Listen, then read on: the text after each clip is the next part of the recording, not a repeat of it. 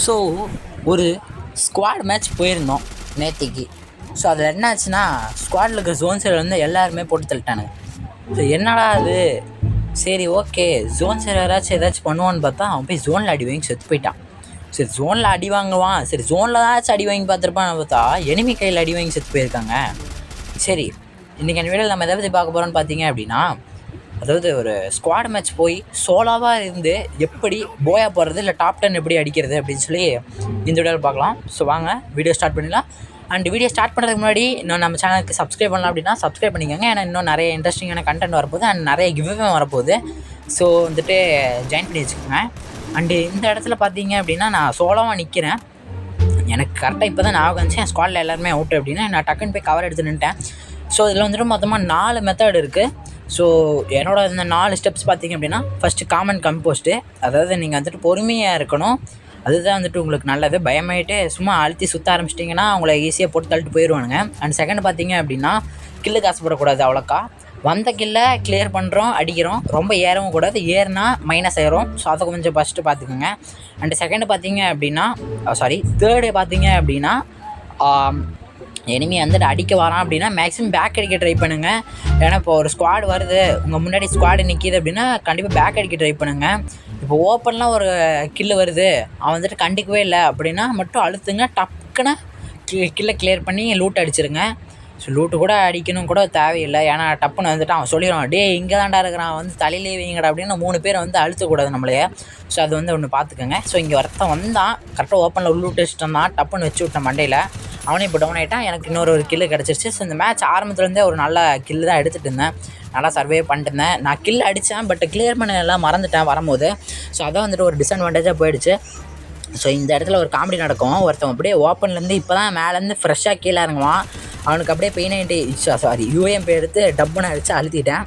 So இவனும் வந்துட்டு ஒரு பாட்டாக தான் இருப்பான் போல இருக்குது அப்படின்னு சொல்லிட்டு நானும் விட்டுட்டேன்.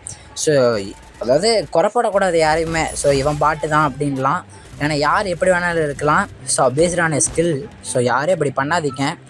ஓகே, நான் இப்போ வந்துட்டு மேலே வந்துட்டு ஒருத்தன் டவுன் வச்சுருந்தான், அதை அடித்து கில் எடுத்துக்கிட்டேன்.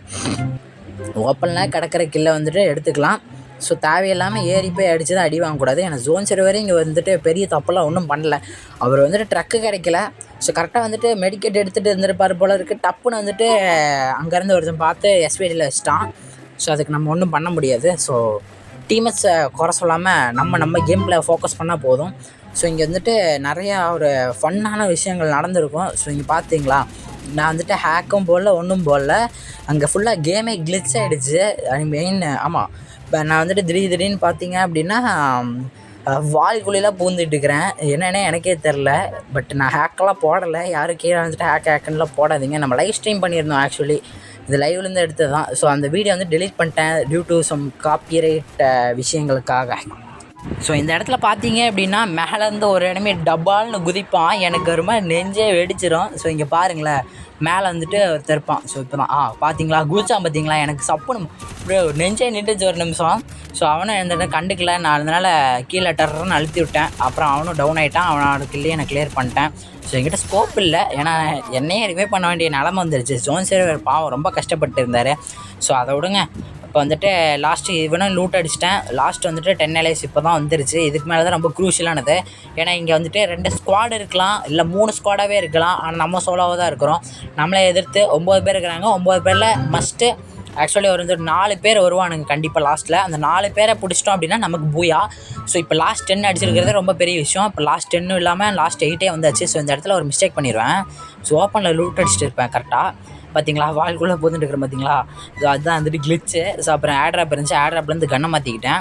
சரி ரைட்டராக இதுக்கு மேலே என்னோடய எய்மை லாஸ்ட் 10 அடிக்கணும், அவ்வளோதான். போயை போகிறதுக்கு ஆசையே இல்லை. ஸோ அதனால் நான் என்ன பண்ணிட்டேன், சரி அட்டாக் ஏறிடுவோண்டா அப்படின்னு சொல்லி முடிவு பண்ணிவிட்டு என் ஜோன் சரி வந்துட்டு சொன்னா, டே போவாதரா போயா வேணும்டா அப்படின்னா. யாரா 1v4 பண்ணுறது ரொம்ப கஷ்டம்டா சின்ன ஜோனில். ஏன்னா ஆல்ரெடி அங்கே வந்துட்டு 7 லைவ் ஆல்ரெடி வந்துட்டு ஒரு ஸ்குவாடு ஒரு டியோ இருக்கானுங்க. கண்டிப்பாக அந்த ஸ்குவாட் அடிக்கலைனாலும் அந்த டியோ அடிச்சிருவானுங்க அப்படின்னு சொல்லிட்டு நான் சொல்லிட்டேன். இப்போ வந்துட்டு 6 பேர். இப்போ சொன்ன மாதிரி ஒரு டியோவில் ஒருத்தன் காலி. ஸோ அங்கே ஒருத்தன் ஓப்பனில் விடுவான். நான் பார்த்துட்டு ஓட ட்ரை பண்ணுவேன். லாஸ்ட் 5 LIs வந்துருச்சு. கரெக்டாக 3 பேர் இருக்கிறானுங்க.